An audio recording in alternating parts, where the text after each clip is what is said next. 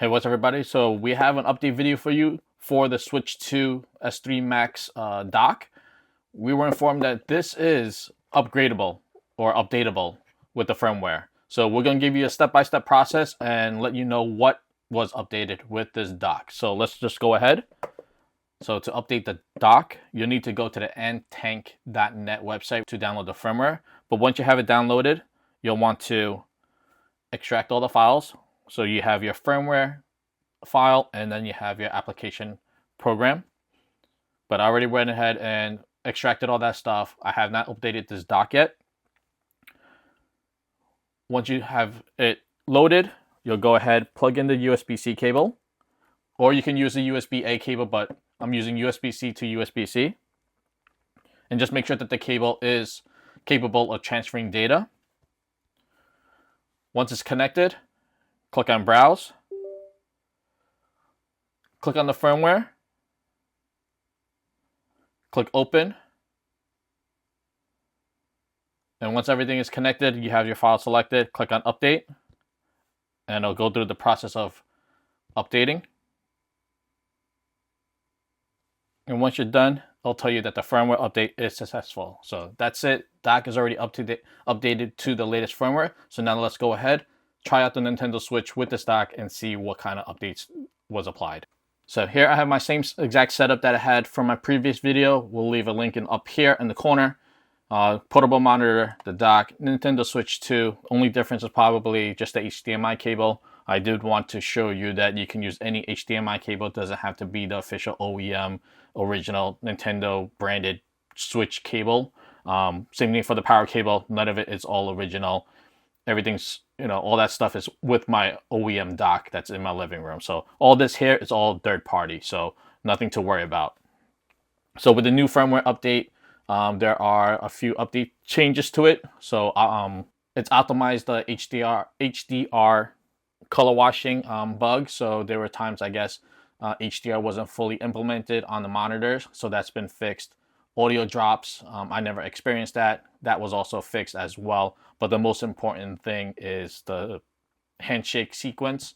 In other words, the inserting, removing, and reinserting the Switch 2 in order for it to be displayed on the monitor. So now this technically should operate just as a normal, OEM dock where you just insert it for the first time and then it goes onto the monitor. So this is my first time doing it after the firmware update. So we're all experiencing this for the first time together. So here's my Nintendo Switch 2.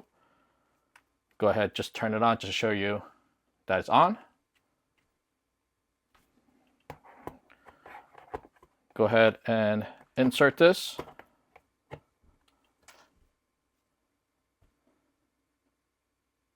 And you can see Nintendo Switch turned on.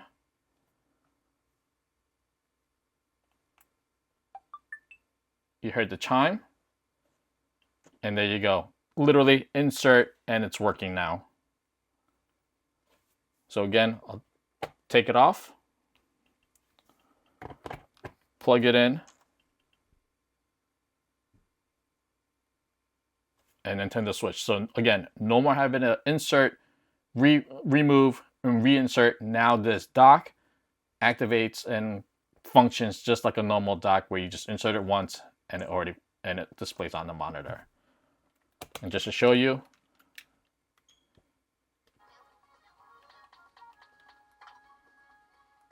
everything works perfectly fine. I know in the back there's a little switch here. So let's see if this goes into dock mode. I'll turn this back around.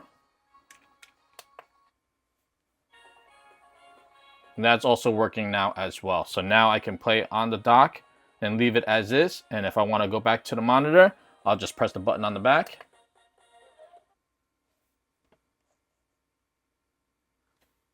And it's back onto the monitor. So firmware update pretty much does everything that what people were looking for based on the comments that I saw.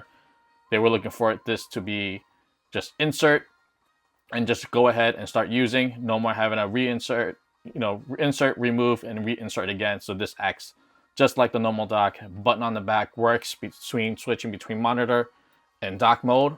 So that's the update. Firmware, simple enough. process of updating it perfect. But yeah, this is a great portable option for the Nintendo Switch 2. You can leave your original dock at home if it's too bulky, and you can use this one for your travels. So this right here, this setup is great for travel. But till next time, see ya.